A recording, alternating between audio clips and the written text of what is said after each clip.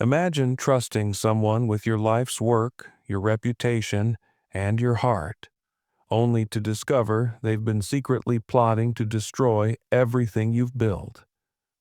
What would you do if the betrayal came from someone you considered a friend, a partner, a person who promised to help you conquer the world? Richard Montague thought he was on top of the world, but what happened next would not only ruin him financially, it would change his life forever. Stay tuned, because this shocking betrayal will have you questioning who you can truly trust. Oprah Winfrey sat at the head of her conference table, her eyes steady and calm. The room was elegant, bathed in soft morning light, as she quietly listened to Richard Montague, her business partner of 5 years. Richard was a man of wealth and power, arrogant, self-assured, and dangerously comfortable with the idea that he could control everyone around him. Today, however, his words were sharper than usual. There was an air of something dark about him, something Oprah couldn't ignore. "I'm telling you, Oprah," Richard said, leaning forward, his tone dismissive, "we don't need all this diversity talk in our next campaign. It's just a marketing gimmick. People want results, not speeches about inclusion. We're in this for money, not for charity." He ran a hand through his graying hair, clearly proud of his honest perspective. Oprah's face remained unchanged. She had heard his kind of talk before, but hearing it from someone she had trusted so deeply stung. She had worked hard to create a business empire that reflected her values: respect, empathy, and the power of diversity. Richard, on the other hand, saw it all as a distraction, something to be used only when it was trendy, not when it truly mattered. But Oprah wasn't someone to argue or get caught up in petty conflict. Instead, she let the silence between them grow. Richard's confidence grew as the silence stretched. He probably assumed she was listening in agreement, or perhaps he thought she had nothing left to say. "You know," he continued, "I really don't think you understand the reality of this business. You've been running things based on feelings, Oprah. I'm telling you, it's time to get serious about profits. Diversity isn't going to keep the lights on." His words, harsh and cutting, were like an unexpected slap. Oprah had built her empire on breaking barriers, lifting others up, and helping those who had been ignored or silenced. To hear Richard, someone who had benefited from that very empire, dismiss it so callously stung. But Oprah, ever the strategist, didn't let the anger rise. She had learned long ago that when you were as powerful as she was, it wasn't your emotions that you should lead with. It was your mind. She took a deep breath and looked directly at him, her voice soft but carrying an unspoken weight. "Richard, you've made a grave mistake," she said, her tone eerily calm. "I don't think you realize how important this is to me, and I'm sure you don't understand the weight of what you're saying." Richard chuckled, thinking she was simply going to let it slide, as many others might. "You know, Oprah, you've always been a bit too soft for this world. People aren't going to change just because you say a few nice words. You've built a brand on kindness, but this is business. You've got to play the game." Oprah stood up slowly from the table, her expression still neutral, but her presence felt like a storm about to break. "You're right about one thing," she said, her voice even, but now with an undeniable edge. "This is business. But I think you've forgotten something very important. You don't get to disrespect people just because you think you can." Richard leaned back in his chair, clearly amused by what he thought was her emotional response. "Look, Oprah," he said, waving his hand dismissively, "I'm just being real with you. This is how things work. The world doesn't run on your feelings." Oprah's eyes didn't leave his, but her mind was already far ahead, carefully weighing her options. The door was open for Richard to continue his arrogant, racist diatribe. But Oprah wasn't someone to engage in pointless arguments. Instead, she had a different plan, one that would deal with Richard, not with anger, but with precision. She knew that in business, silence could be just as powerful as words. And in that moment, she realized the truth. Richard had just made the biggest mistake of his life. She turned and walked toward the door, each step measured, deliberate. As she reached the threshold, she paused, her back to him. "I hope you're not making a mistake, Richard," she said softly, her words lingering in the room long after she had left. Richard sat there, confused and unconcerned. He didn't understand what had just happened. After all, he had power, wealth, and connections. What did Oprah have to threaten him with? He chuckled to himself, feeling smug and secure in his own superiority. As Oprah walked down the hallway, he shook his head, dismissing her with a wave of his hand. He would continue as he had before, making decisions that lined his pockets and pleased his ego. But Oprah, walking away from him, had already set the wheels in motion. Richard had no idea that his words, his casual racism, and his arrogance had sealed his fate. It wasn't the end of their business relationship, not yet, but it was the beginning of his downfall. A downfall that would come not with loud confrontation, but with quiet, unrelenting precision. Oprah was many things, kind, wise, and powerful. But one thing Richard had underestimated was her ability to see a problem and solve it. And as she walked toward her next move, she knew that, in the world she had built, people like Richard didn't stay on top for long. And so, in that quiet moment of departure, the battle had already been won. Oprah's mind was a whirlwind of calculations as she walked out of the building. She had known Richard for years, and although he had always been a bit overconfident, today something had shifted. His words weren't just arrogant, they were dangerous. There was no going back from this. The betrayal wasn't just personal, it was a direct attack on everything Oprah had worked for. And while Richard might have underestimated her, Oprah knew how to handle people like him. She didn't let her emotions rule her decisions. The anger she felt was tucked away, like a tightly wound spring, ready to be released at just the right moment. Richard might have thought his wealth and position gave him immunity. But Oprah had something far more powerful, a network. She had built her empire not just with business savvy, but with loyalty and trust. She had countless allies, and those allies knew that Oprah's word was more than just powerful. It was final. They respected her not just for what she had built, but for the way she stood her ground. As Oprah moved through the corridors of her office building, she began making quiet, strategic calls. Her first call was to an old friend in the media world. They had worked together for years on different projects, but today, Oprah wasn't calling for a business deal. She was calling because she needed something much more important. A whisper. A subtle shift in the narrative. Something that would get the wheels turning without Richard even realizing what was happening. "Hi, James," Oprah said, her voice smooth but purposeful. "I need you to help me spread a little truth. Nothing overt, just a little whisper in the right ears. I need to make sure a few people know that I'm distancing myself from Richard Montague. You don't need to do anything public, just a quiet word here and there.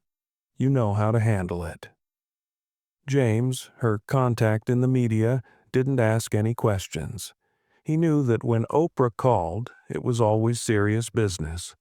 He agreed without hesitation, and the conversation was over in less than 5 minutes. Oprah was already thinking about her next move. Her second call was to a trusted investor, someone who had been with her from the very beginning. He had always respected Oprah's vision and had stood by her through tough decisions. This time was no different. She simply needed him to know that Richard's actions were no longer aligned with Oprah's values. The investor didn't need to know all the details, just enough to start looking at their dealings with Richard through a different lens.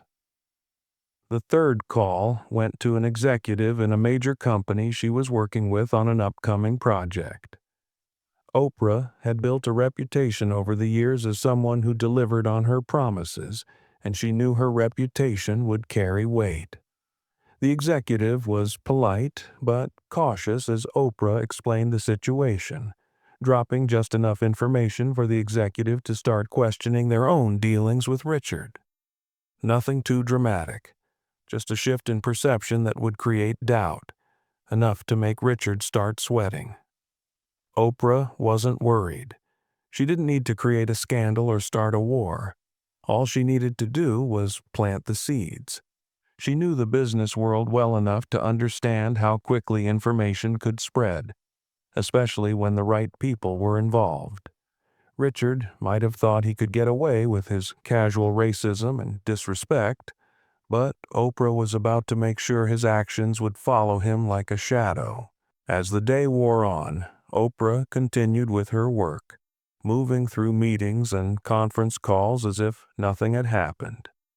On the surface, everything appeared normal, but beneath it all, the tide was turning, and Richard had no idea what was coming.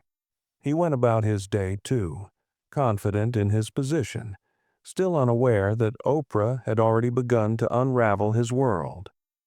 Meanwhile, Richard was making his own moves, still convinced he had outsmarted Oprah. He went to lunch with a few of his colleagues, laughing and joking about the soft approach that Oprah had always taken in business. He couldn't believe that she had actually considered backing out of the deal they'd been working on. In his mind, it was just a temporary setback, a small hiccup in an otherwise smooth business relationship. He had never seen someone like Oprah truly stand up to him before, and he was convinced that this was just a passing moment. After all, she had always been the one to bend, right? She would come around. By late afternoon, Richard had made a few calls of his own, rallying his contacts to push forward with their next project, with or without Oprah's blessing. He sent a few emails to confirm contracts and spoke to his financial advisors, assuring them that the plan was still on track. Nothing could stop him now. He had the deals, the money, and the power to make sure his business flourished, no matter who he had to step on. But what Richard didn't know, what he couldn't possibly have known, was that Oprah's quiet moves were already having an effect. Word had started to get around. The investor, the executive, even some of his own business partners were beginning to ask questions. They were subtly rethinking their involvement with him.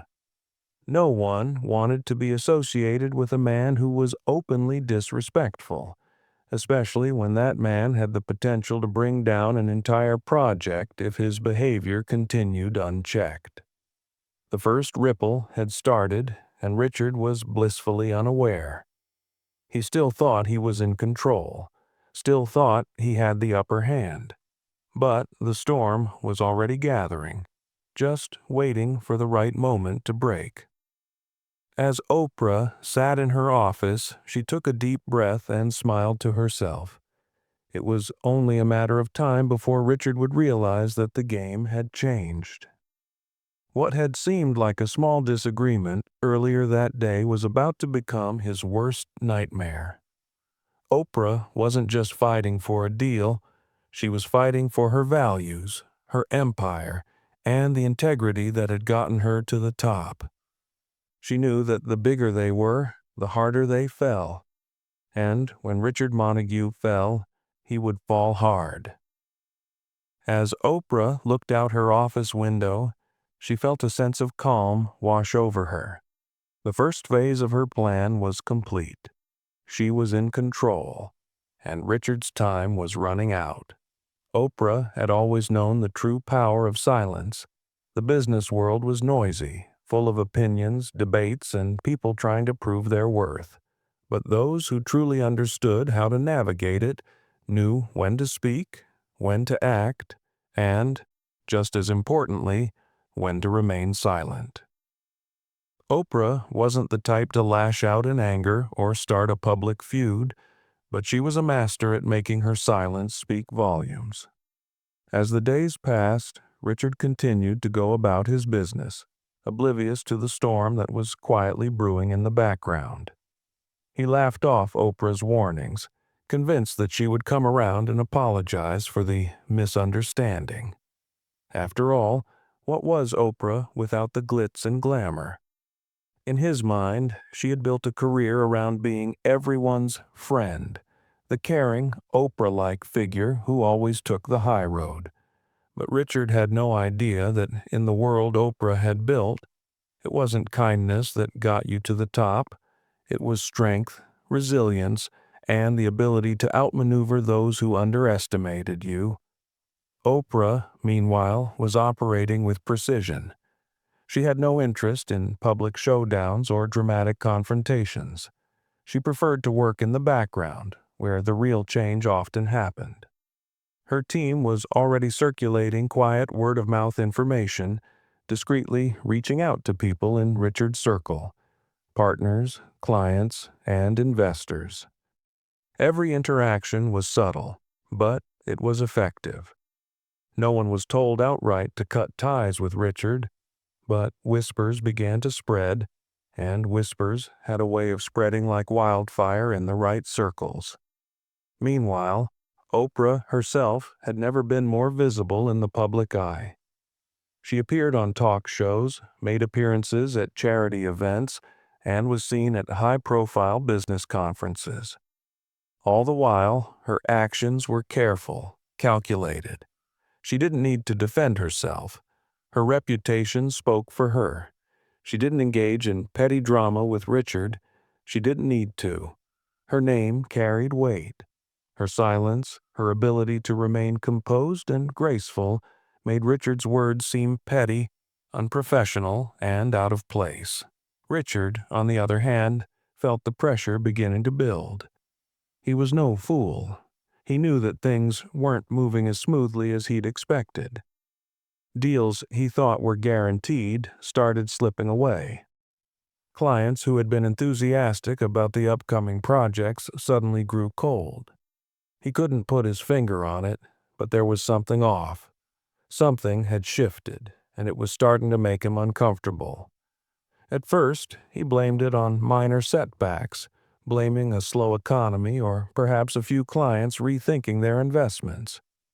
But then it became more apparent. Some of his contacts began canceling meetings without offering a clear explanation. Emails went unanswered. Important partnerships seemed to be falling apart without warning. The momentum that had once seemed so unstoppable was now suddenly stalling. Richard tried to take matters into his own hands. He arranged a high-profile meeting with some of his most important business associates, determined to regain control and rally the troops. He needed to make sure everyone knew he was still in charge, still the one calling the shots. But when he arrived at the meeting, he found the room was colder than expected. There were no enthusiastic handshakes, no eager conversations. The silence in the room felt like a quiet rejection. "Richard," one of the partners finally said, clearing their throat, "we've been hearing a lot about some concerns about your recent approach to business. It's creating some tension with a few of our investors. I don't think you realize how serious this is." Richard's mind raced. He could feel the walls closing in, but he didn't know how to stop it. His arrogance had always been his shield, but now That very arrogance was becoming his undoing. "What are you talking about?" he asked, his voice tightening. "You can't seriously be suggesting that my business decisions are the issue." The partner didn't say another word. They simply slid a report across the table. Richard's eyes scanned the document quickly, and he saw what was happening. A list of clients and investors who were quietly pulling out. None of them had said it directly, but the message was clear. Richard's reputation had taken a hit, and people didn't want to be associated with him anymore. It wasn't just Oprah. There were other whispers, too. People didn't want to do business with someone who had publicly insulted a high-profile leader like Oprah, especially one whose name was synonymous with ethics and success. Richard's face reddened as he slammed the report down on the table. "This is nonsense," he said, his voice filled with fury. "I'm not going to let this affect me. They'll come around. They always do." But deep down, Richard could feel the ground slipping beneath him. The fallout from his comments was starting to grow bigger than he had ever anticipated. The very people he had relied on for support were now questioning whether being associated with him was worth the risk. Richard had never been so helpless. He had been so sure of his power, his position, and his ability to control any situation. But this was different. Oprah had done something Richard hadn't expected. She had made him irrelevant. By the time Richard finally realized what was happening, it was too late. His once promising business empire was beginning to crumble, and he had no idea how to stop it. Deals he thought were locked in began to evaporate. Investors who had once sung his praises were now backing out, one by one. Contracts that had been all but signed now hung in limbo, with no clear explanation.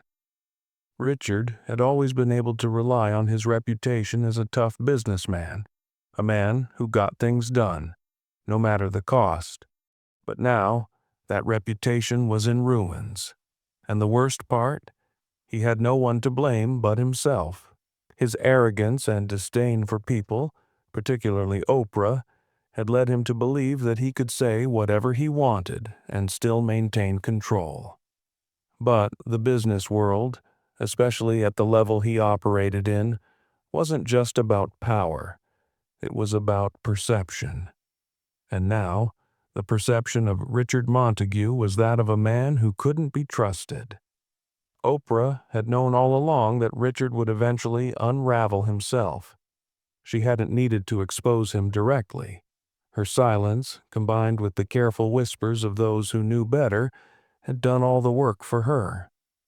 Richard had thought he was playing a game of business strategy, but he hadn't accounted for the most powerful force of all, the collective action of those who were done tolerating his behavior.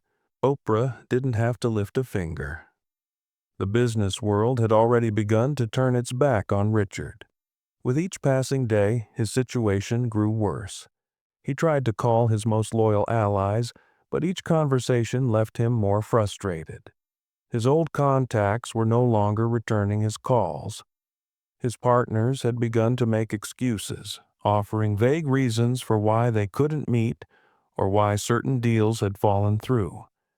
Richard was now the one doing all the chasing, and the more he chased, the more he realized that no one was coming back. In the space of just a few short days, Richard went from being a confident, powerful businessman to a man with no leverage. He couldn't understand it. He had been in control for so long, and now it seemed like everything he touched was falling apart. He tried to salvage some of his remaining projects, but it was like trying to hold water in his hands. Nothing seemed to stick. And then the final blow came. A major investor, one he had relied on for years, called him out of the blue with a simple message. "We're pulling out. We can't be associated with you anymore, Richard. Not after what happened with Oprah." Richard's heart sank. This wasn't just about business. It was about respect. And in that moment, Richard realized that he had lost everything. It was over. The empire he had worked so hard to build had crumbled, not because of bad business decisions, but because of his own ignorance and arrogance. He had underestimated Oprah, and now he was paying the price. As he sat in his office, staring out the window, Richard finally understood what Oprah had meant when she told him that he was making a mistake. He had thought it was just a warning, but it was more than that. It was the beginning of his downfall, and in the end, it wasn't Oprah who had brought him down. It was his own inability to see the power of respect, kindness, and integrity in business. Richard Montague had lost everything in the blink of an eye, and he would never recover from it. Richard Montague sat at his desk, staring at his phone. It had been a week since the first of his key investors had pulled out. Then came the second and the third. He couldn't believe it. In the span of just days, his entire world had come crashing down. Once brimming with confidence, he was now consumed by panic. His empire, the one he'd spent years building, was slipping through his fingers. He tried everything, calling in favors, offering deals, even trying to make amends with the very people he had offended. He knew he had to do something fast. There was one last chance to salvage his career. Oprah Winfrey. If he could convince her to come back on board, maybe he could turn the tide. She was the key to restoring his reputation, to saving what was left of his business. Richard's plan was simple. He would apologize, grovel if he had to, and get Oprah to publicly forgive him. He knew the media adored her, and if he could get her to publicly announce that she was willing to move past the disagreement, maybe, just maybe, things would return to normal. With shaky hands, he dialed Oprah's number. The phone rang once, twice, 3 times. Finally, she picked up. "Oprah," Richard said, his voice strained. "I know I've made a terrible mistake. I've misjudged everything. I let my ego and pride cloud my judgment. Please, we need to talk. I'm willing to do whatever it takes to make this right." Oprah's voice was calm, collected. There was no hint of anger, no trace of emotion. "Richard," she said, her tone measured, "I don't know if you truly understand what you've done. It's not just about one mistake. It's about who you are. You've shown the world exactly who you are, and that can't be undone with a phone call or an apology. I'm sorry, but you've crossed a line." Richard's chest tightened. "I can't lose everything, Oprah. Please, I'm begging you. If you give me a chance, I'll prove that I can change. I'll do anything. We can fix this together." There was a long pause before Oprah spoke again, her words like a hammer coming down.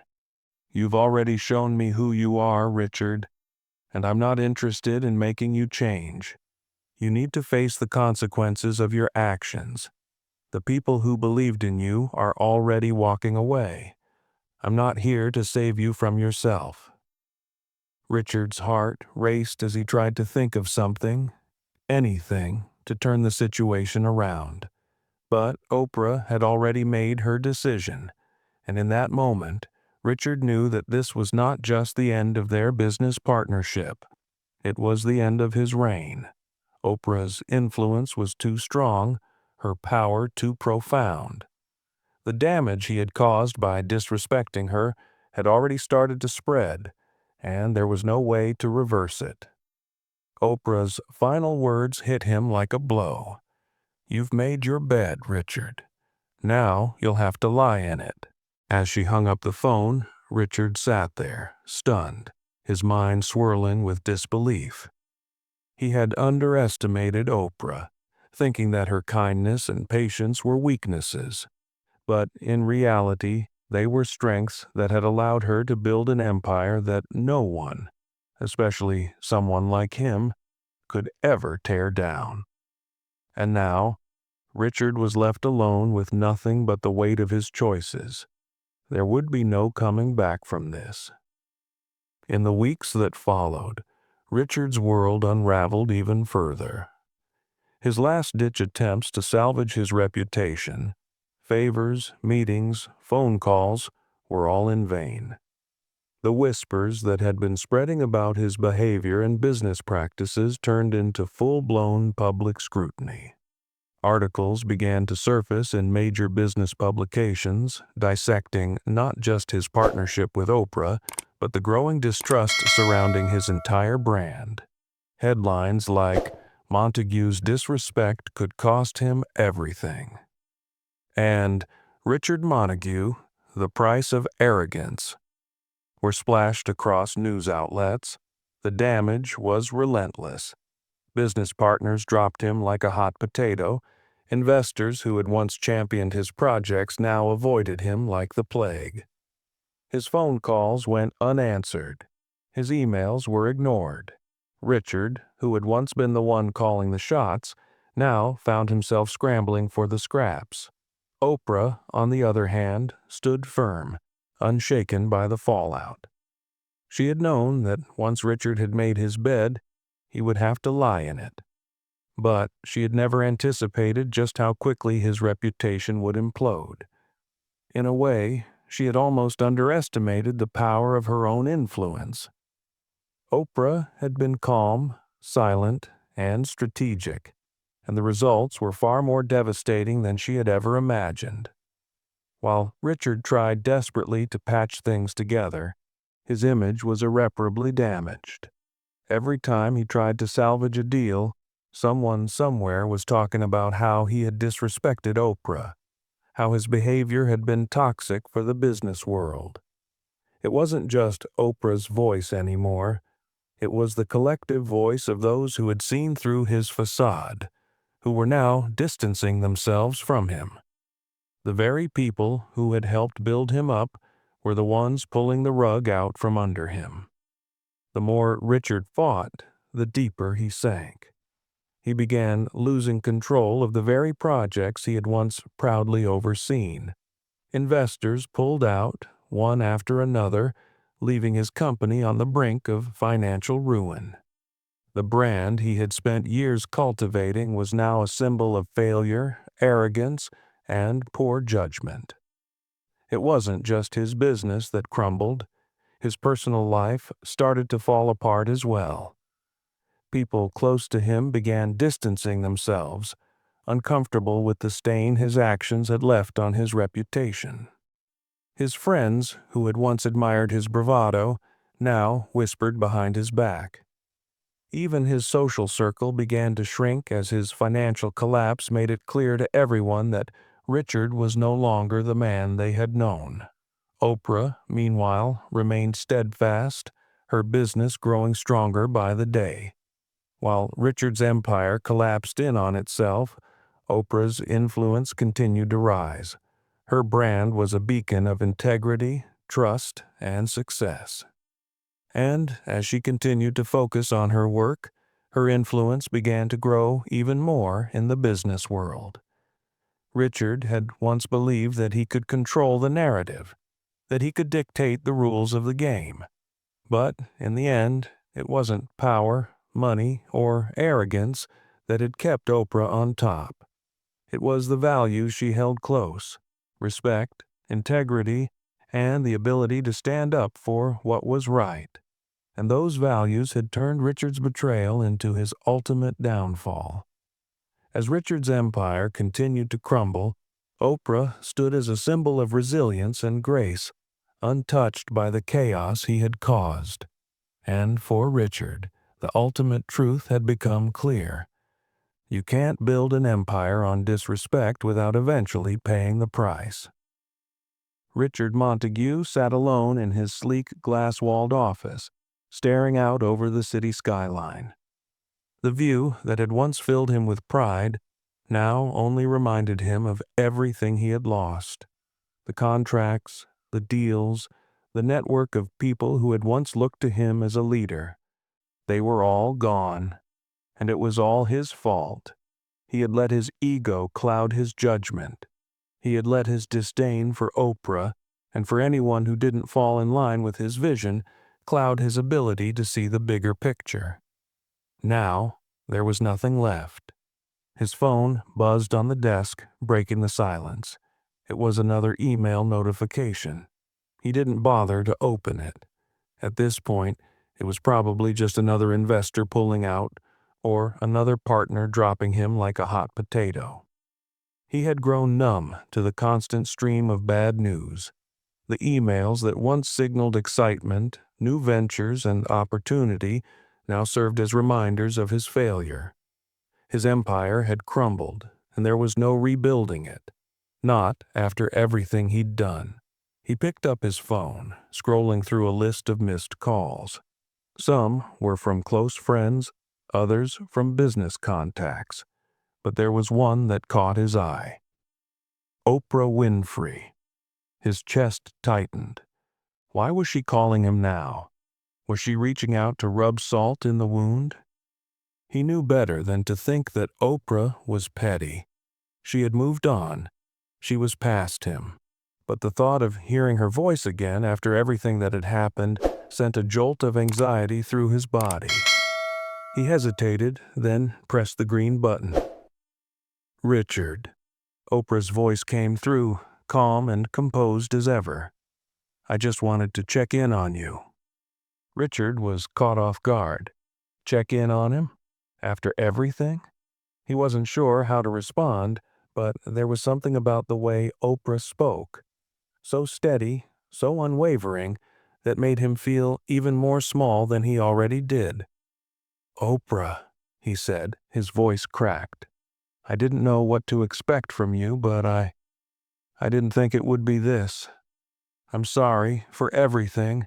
I made a mistake, a huge mistake. I didn't realize the weight of what I was doing. And now, it's all falling apart. Oprah paused for a moment before responding, her words carefully measured. I'm not calling to make you feel worse, Richard. That's not my intention. You've already made that possible on your own. But I do want you to understand something. The reason things are falling apart isn't because of some outside force. It's because you didn't respect what really mattered. You didn't respect the people who helped you get where you are, and you certainly didn't respect the values that made you successful in the first place. Richard swallowed hard. I know, he said quietly, his voice barely above a whisper. I know. I was blinded by arrogance. I thought I could get away with anything. But now, I see that everything I took for granted is gone. Oprah sighed softly, but there was no anger in her voice, only the quiet wisdom that came from a life spent rising above the noise. Richard, you had the chance to be great. You could have done incredible things, but your choices led you down this path. You can't undo what's been done, but you can learn from it. If there's any chance for you to rebuild, it won't be by trying to chase the same success you had before. It will have to come from understanding what you lost, what you can still save, and building from there. But that means you'll need to change, and not just in the way you do business. You'll need to change the way you see people. Richard closed his eyes, the weight of her words sinking in. Oprah wasn't the one to tell him what he wanted to hear. She was the one who told him what he needed to hear, no matter how painful it was. He had been foolish to think that he could keep disrespecting people and still come out on top. He had believed that success was a game to be won with power and manipulation. But Oprah had shown him that true success was about integrity, trust, and humility. I don't know if I can change, Richard admitted. I don't even know where to start. Oprah's tone softened. The first step is recognizing that you've made mistakes. The next step is understanding that you can't expect others to forgive you just because you're sorry. Trust takes time to rebuild, Richard. And it's not just about winning back deals or investors. It's about earning back respect. And that's something you'll have to do on your own, without shortcuts or manipulation. Richard sat in silence, the words sinking in. Oprah wasn't offering him a lifeline. She wasn't offering him a way back into the world of high-powered deals. Instead, she was offering him something far more valuable, the chance to rebuild his character. Whether he could take it or not, that was up to him. Finally, Oprah spoke again, her voice steady. "But I'll tell you this, Richard. You'll never get anywhere if you keep blaming others. The only person responsible for where you are now is you. And if you really want to turn things around, you have to stop pretending like it's someone else's fault. No one forced you to act the way you did. You made those choices. Now, it's time to face the consequences."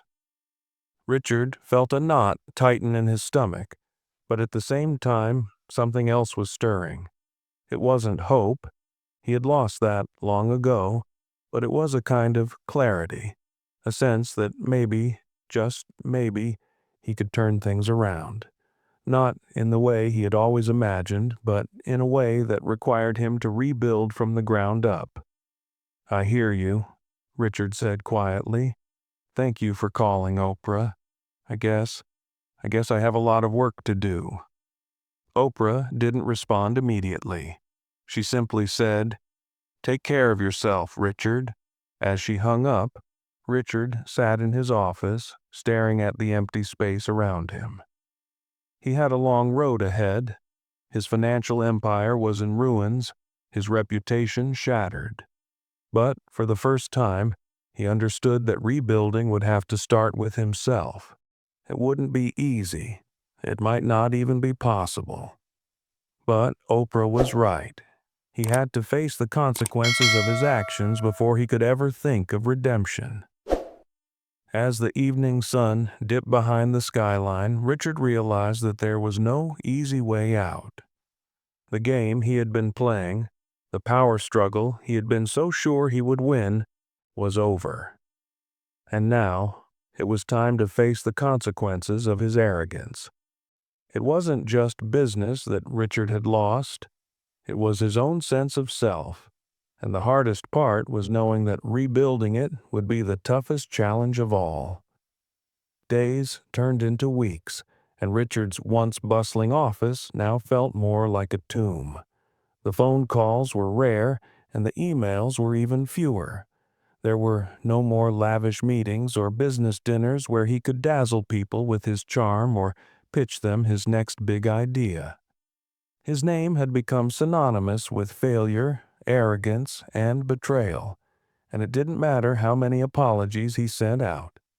The damage had been done, and no one seemed interested in helping him fix it. Richard tried to go through the motions of his daily routine, but it felt pointless. His world was shrinking. The people who had once admired him now avoided him, no longer willing to entertain his calls or accept his meetings. What made it worse was that it wasn't just his business that was failing. It was his entire network, his life as he had known it, that was disintegrating. The ripple effect of his actions was far greater than he had imagined. It wasn't just the clients, partners, and investors pulling away from him. It was the people he had once called friends. The same people who had praised his success, who had stood by him when things were good, were now turning their backs. It was a cold, harsh reality for Richard. His arrogance and disregard for the people who helped him rise to the top had led him to this moment of utter isolation. He couldn't help but think back to the words Oprah had said to him. "You've made your bed, Richard. Now you'll have to lie in it."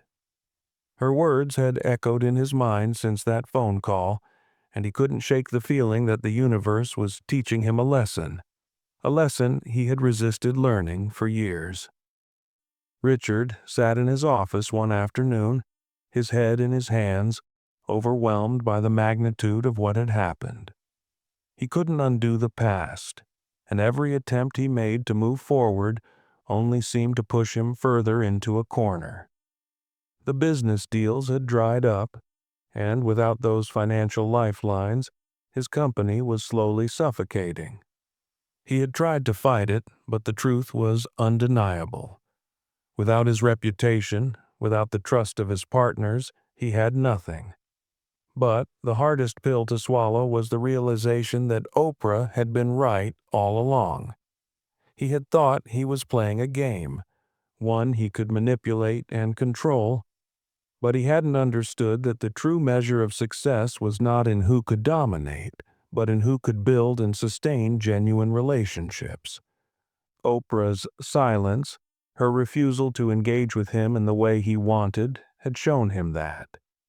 She had a power he could never have imagined, not because of her wealth or fame, but because of her integrity. Oprah wasn't just a symbol of success. She was a symbol of something far more important: respect. And it was respect that Richard had taken for granted. As the days dragged on, Richard's financial situation became more dire.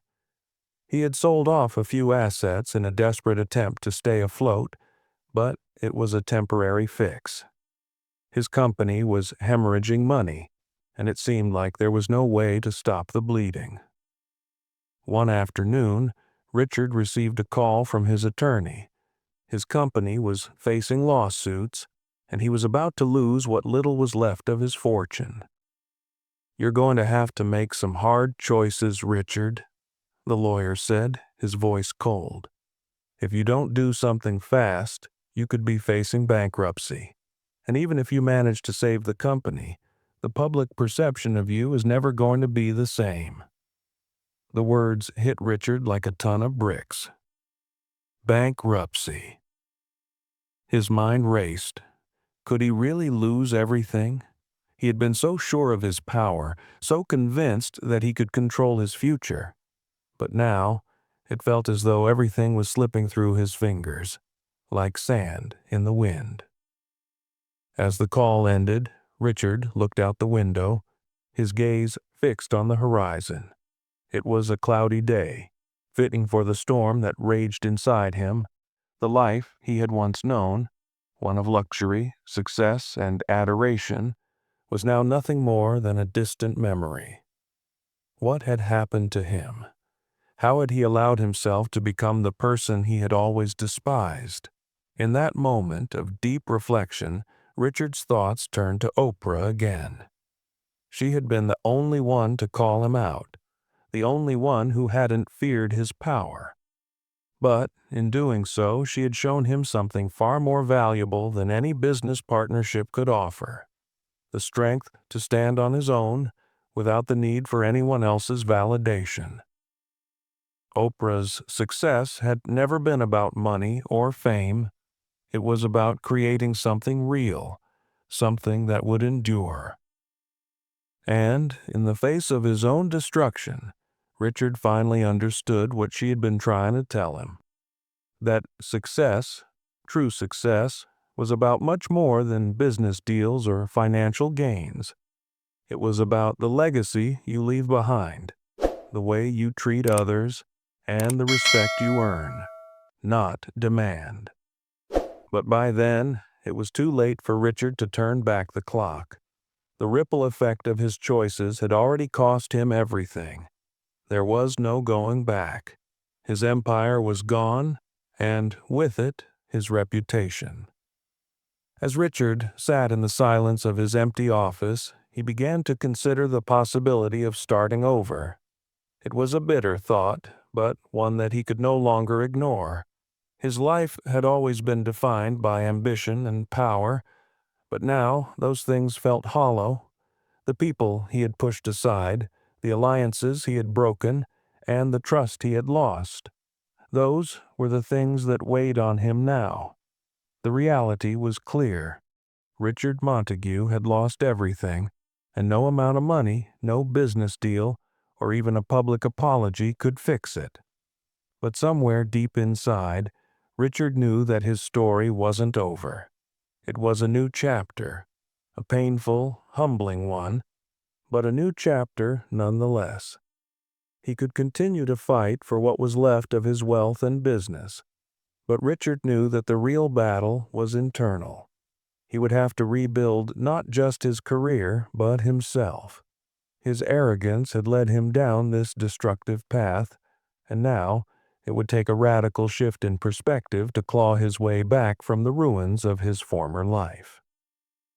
In a way, Oprah had done more for him than anyone else ever could.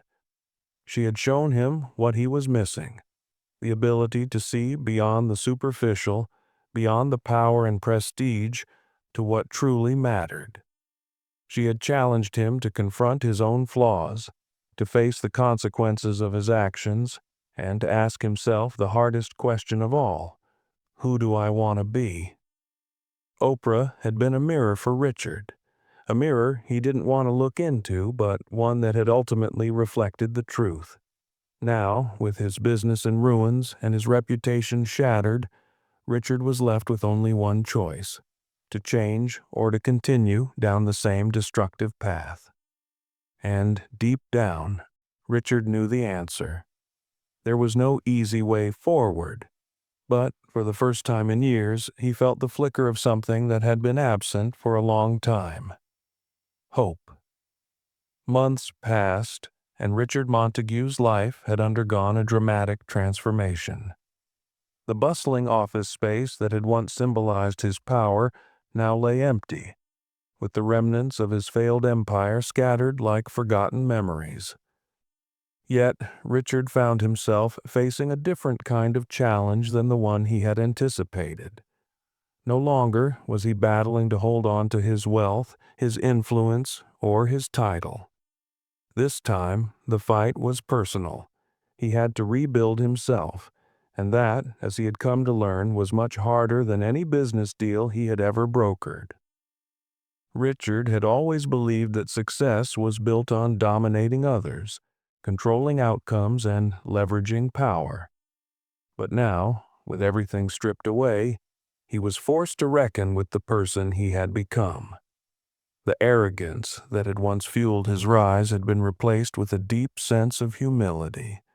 The cocky, invincible man he had been no longer existed.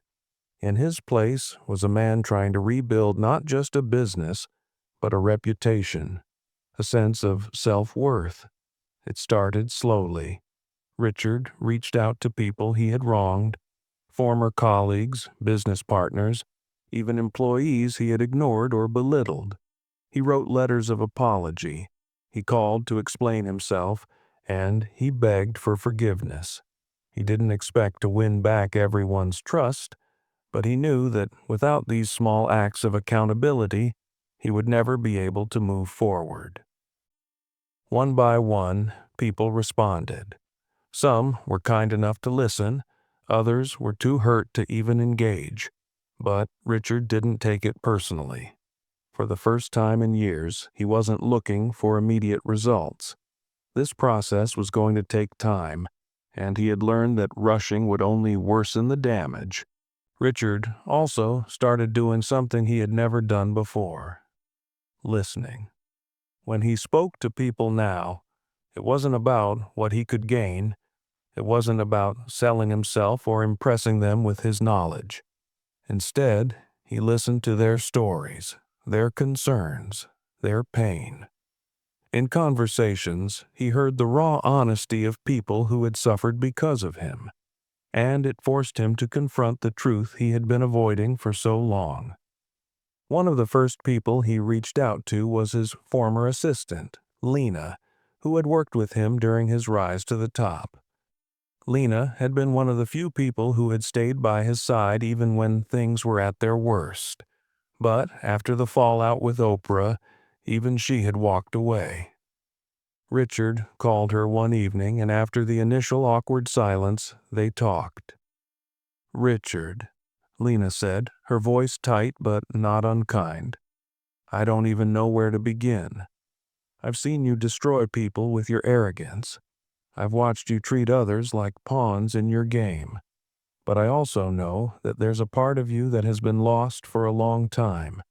I hope, for your sake, that you can find it."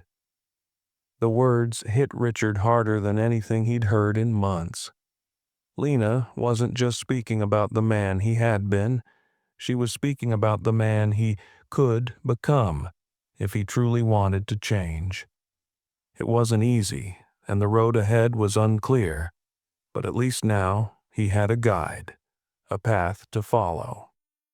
Meanwhile, Richard kept his distance from the flashy world of high-stakes business deals. He knew that without the foundation of trust and respect, his old ways wouldn't work. So, instead of hunting for investors or major partnerships, he started small. He began investing in social enterprises, looking for causes that aligned with his newfound desire to give back. His money, once used to fuel his ego and his desire for power, now went toward projects that aimed to make a real difference in people's lives. One of those projects was a mentorship program for at-risk youth, something Oprah had once spoken to him about in passing. At the time, Richard had dismissed it, thinking it was a waste of resources. But now, with a different perspective, he saw the potential. Richard invested in the program, and he even made an effort to visit some of the community centers where the youth gathered. When he walked into one of those centers for the first time, he saw young men and women eager to learn, to build a future that didn't have to be defined by their circumstances. Richard felt something stir inside him, a deep, humbling connection with these young people. They were hungry for success, but more importantly, they were hungry for respect. And for the first time in years, Richard felt the true weight of that word. He spent hours listening to their stories, their dreams, and their fears. For the first time in his life, Richard was not just speaking to people in a transactional way, but in a deeply human way. He had been given a second chance, one he had never expected, and he was determined to make the most of it. But the hardest part of his journey to redemption came when he found himself face to face with Oprah again.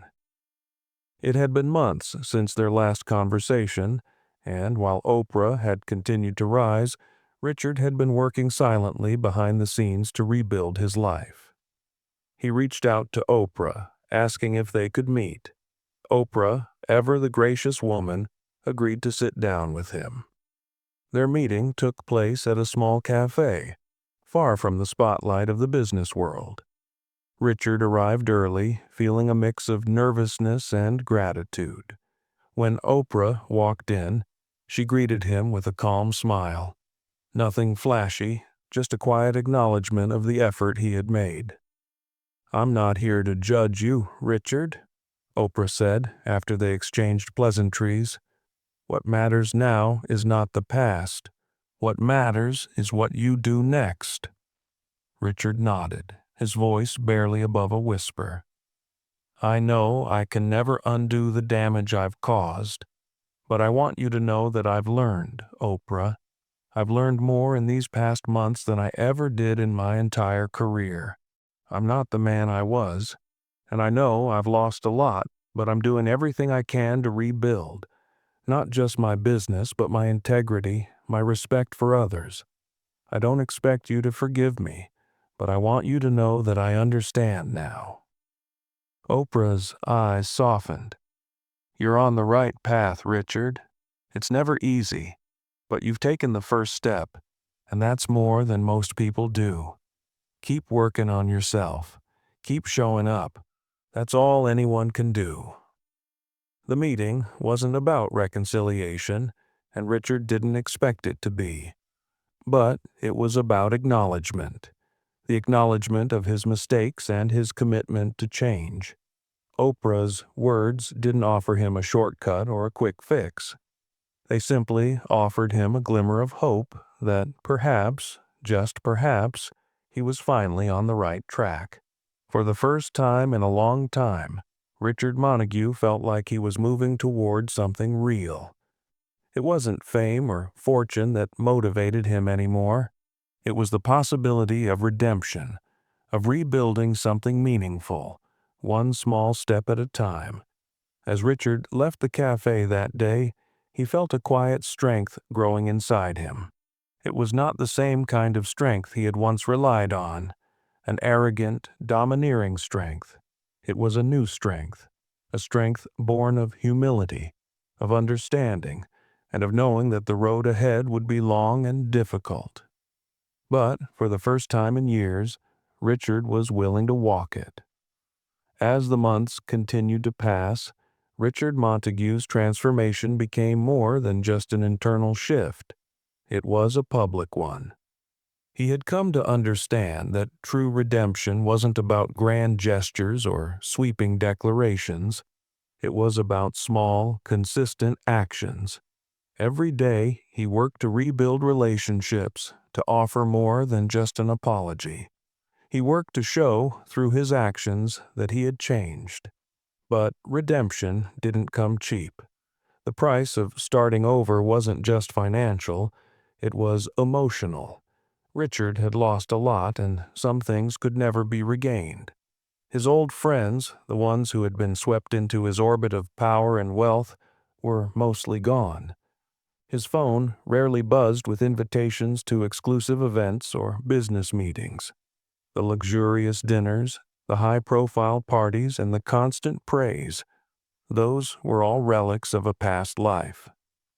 For a while, Richard missed the recognition. He missed the adulation. He missed the feeling of being in control, of being at the top of the heap. But, as time went on, he realized that none of those things had been real. They had been nothing more than illusions, empty pleasures that had distracted him from what truly mattered. His true circle now was small but genuine.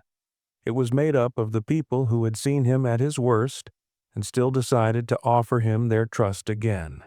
Lena, his former assistant, had become a close confidant. She didn't trust him completely yet, but she could see that he was making an effort.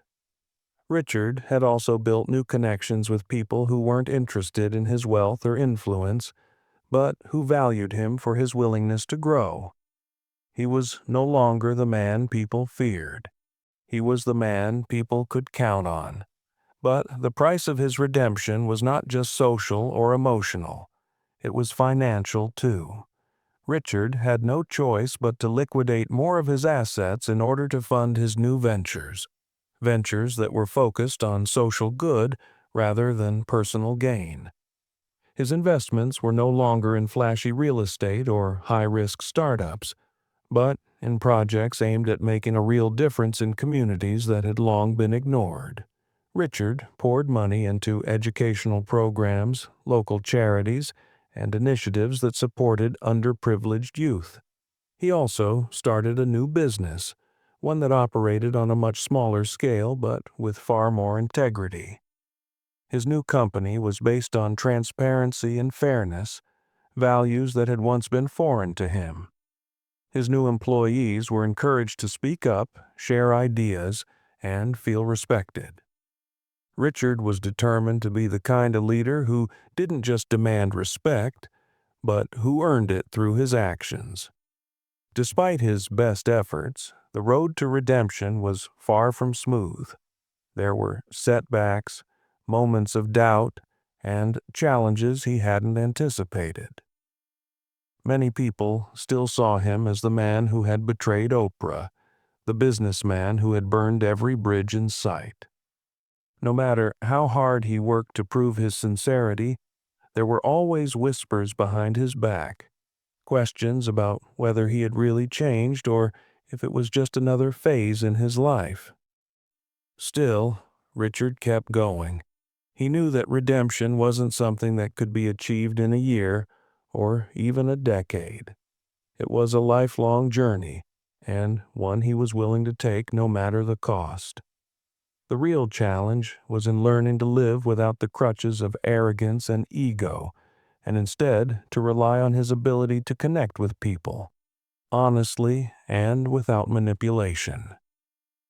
One day, after an especially difficult board meeting, Richard sat in his office, staring at the papers in front of him.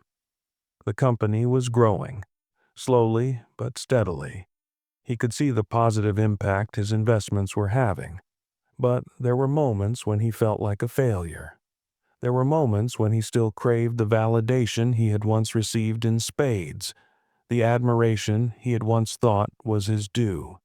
But then he thought of the young people he was helping, the communities he was slowly improving. He thought of the faces of the kids in the mentorship program he'd funded, bright eyes, eager to learn, hopeful for a better future. In those moments, Richard felt something he had never experienced before: peace. It was a rainy afternoon when Richard received the call. He had been spending the morning at a local youth center, speaking with students and offering advice on entrepreneurship, something he had once taken for granted but now viewed through a much different lens. As he returned to his office, his phone rang. It was an unknown number, but something told him it might be important. He hesitated for a moment before answering. "Richard Montague," he said, trying to keep his voice steady. "Richard, it's Oprah." For a split second, Richard's heart skipped a beat. Oprah Winfrey, the woman who had been the catalyst for his transformation, the one person who had seen through his arrogance and called him out when no one else would. He took a deep breath, trying to remain calm. "Oprah, it's been a while," he said, his voice uncertain but respectful. "I've been following what you've been doing, Richard," Oprah said. "I see the work you're putting in. It's not easy. I know that. But I think you're on the right track. You've made a lot of progress, and I think it's time we talk again." Richard's mind raced. Was this a chance for closure? A moment to rebuild the bridge he had burned all those months ago? He wasn't sure, but he knew this was a pivotal moment. Oprah was offering him an opportunity to prove that the man he had become wasn't just an echo of the past. "I've been trying to do the right thing, Oprah," Richard said, his voice filled with sincerity. "I know I can never make up for what I did, but I want to make sure that I'm doing everything I can to make things right." Oprah's tone softened. "You've been doing the right thing, Richard. But the journey you're on, it's not over, and it won't be easy. You have to keep proving yourself, not just to me or to anyone else, but to yourself. You have to continue to show that the change is real. That's the only way to truly heal." Richard nodded, even though Oprah couldn't see him. He knew she was right. There was no shortcut, no magic fix. It was a long, hard journey, and he still had so far to go. But hearing Oprah's voice again, hearing her validation, measured but genuine, gave him something he had been lacking: hope. "I'm ready," he said, his voice steady now. "I'm ready to keep proving myself, Oprah, not for anyone else but for me, and for the people I've let down." Oprah paused for a moment before replying. "That's the only way it works, Richard. Keep at it. One day, you'll look back and realize you're no longer the man you used to be." As the call ended, Richard felt something stir within him, something deeper than just the desire for success. It was a sense of purpose. He knew the road ahead would still be full of challenges, but he was no longer the man who had taken everything for granted. He was someone who understood the value of hard work, of sincerity, and of respect. Oprah had given him the greatest gift, the chance to rewrite his story. And for the first time, Richard Montague believed that, no matter how long it took, redemption was within his reach. The months that followed Oprah's call were filled with both triumphs and setbacks. Richard's life, once driven by ambition and ego, was now shaped by a deeper sense of purpose. Each day, he woke up with a single goal: to prove to himself, more than anyone else, that he had truly changed. His new path was not without its struggles. Every time he faced a challenge, he felt the weight of his past mistakes. The business world, still skeptical of his intentions, often tried to pull him back into the cutthroat practices he had left behind. But Richard had learned a valuable lesson. The true measure of a person wasn't found in their moments of success, but in how they handled their failures. The world he had known, filled with endless ambition and the pursuit of power, had been a mirage. Now he focused on building a legacy that was not just about wealth, but about impact. He became more involved with the youth programs he had started funding. He mentored young entrepreneurs who were eager to learn, not just about business, but about leadership, empathy, and the power of integrity. Richard knew firsthand how easy it was to get lost in the chase for success, and he was determined to help the next generation avoid the same mistakes he had made. His relationships, too, were slowly healing. Lena, his former assistant, had become one of his most trusted allies, offering him guidance when he faltered and reminding him of how far he had come. But it was the people from his past, those he had betrayed, that Richard still needed to face. Slowly, he reached out to them, not just with words, but with actions that spoke louder than apologies ever could. It was a slow process, but over time, Richard earned back some of the respect he had lost. Not through promises or grand gestures, but through quiet consistency. The board meetings that once felt like battles now felt like opportunities to collaborate. The harsh criticism from former business partners started to fade, replaced with cautious acknowledgement of his efforts to change. But no matter how much progress he made, Richard knew that there would always be people who couldn't, or wouldn't, forget his past mistakes. Some doors remained closed, some partnerships were never restored. The most painful reality for Richard was that, despite his best efforts, he could never undo the damage he had caused. But, as he had learned, redemption was not about undoing the past. It was about how you move forward in the present. Then, one crisp autumn afternoon, Richard received another call. It was from Oprah again. This time, there was no mistaking the tone of her voice. It was warm, yet purposeful. "Richard, I've been watching. I've seen the work you've done over the last year, and I have to tell you, it's impressive. It's not easy to turn around a life, and it's not easy to repair what's been broken. But you've done both. You've earned back more than just your business. You've earned something even more important, your own respect." Richard's heart skipped a beat. The weight of Oprah's words settled on him like a blanket. He knew that redemption wasn't a single moment of victory, but a lifelong process. And in that moment, he realized that Oprah had always been right. True success wasn't about wealth or power.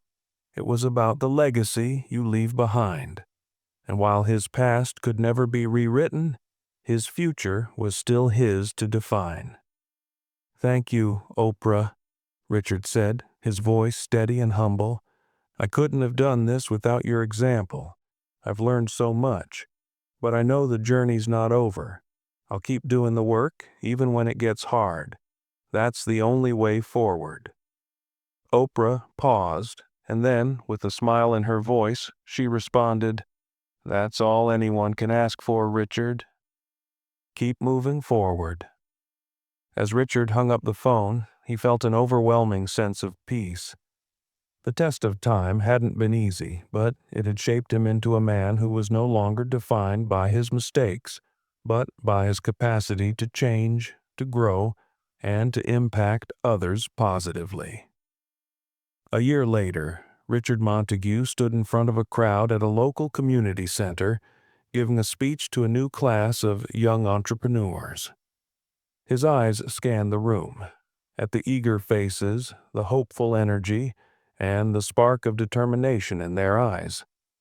It reminded him of himself when he had first started his journey, full of ambition and dreams of success, but lacking the wisdom to navigate the path he would eventually choose. Richard spoke about the importance of integrity, of building relationships based on trust and respect, of doing the hard work even when the world seemed to offer easier paths. He spoke about failure and how it wasn't the end, but the beginning of a new story, one that could be written with purpose, humility, and resilience. When he finished, the room erupted into applause, and for the first time in years, Richard felt a profound sense of fulfillment. It wasn't the kind of applause that came from a business deal or a high-profile partnership. It was the kind of applause that came from the heart, from people who recognized the value in his words and who, perhaps, would go on to create something more meaningful than he had ever dreamed. As Richard left the stage, Lena approached him, her smile wide. "You did it," she said, her voice full of pride. "You've really turned it around." Richard smiled, but there was no arrogance in it. There was just quiet gratitude. "I'm still doing it," he replied. "It's not over. It never will be." And that, in the end, was the truth Richard had come to understand. Redemption wasn't destination. It was a journey. It was a commitment to living each day with honesty, humility, and purpose. It was the understanding that the true measure of success wasn't in what you gained, but in how you gave, how you learned, and how you treated others along the way. As Richard looked out at the young entrepreneurs who had just begun their own journeys, he realized that his legacy wasn't in the business deals he had signed or the wealth he had accumulated. His legacy was in the lives he had touched, the lessons he had shared, and the changes he had inspired. Richard Montague may have started his journey as a man consumed by ego and ambition, but he had found something far more valuable: the ability to rise from the ashes of his past and create something that would last. His story wasn't about a man who had it all and lost it all. It was about a man who learned that the true measure of success lies not in how high you climb, but in how you lift others up along the way. And as he stood there, in that room full of bright young faces, Richard Montague knew that he had finally found what he had been searching for all along. The journey was far from over, but for the first time, he was walking it with a sense of peace and purpose. He had redeemed himself, not because he had to, but because he had finally understood what truly mattered.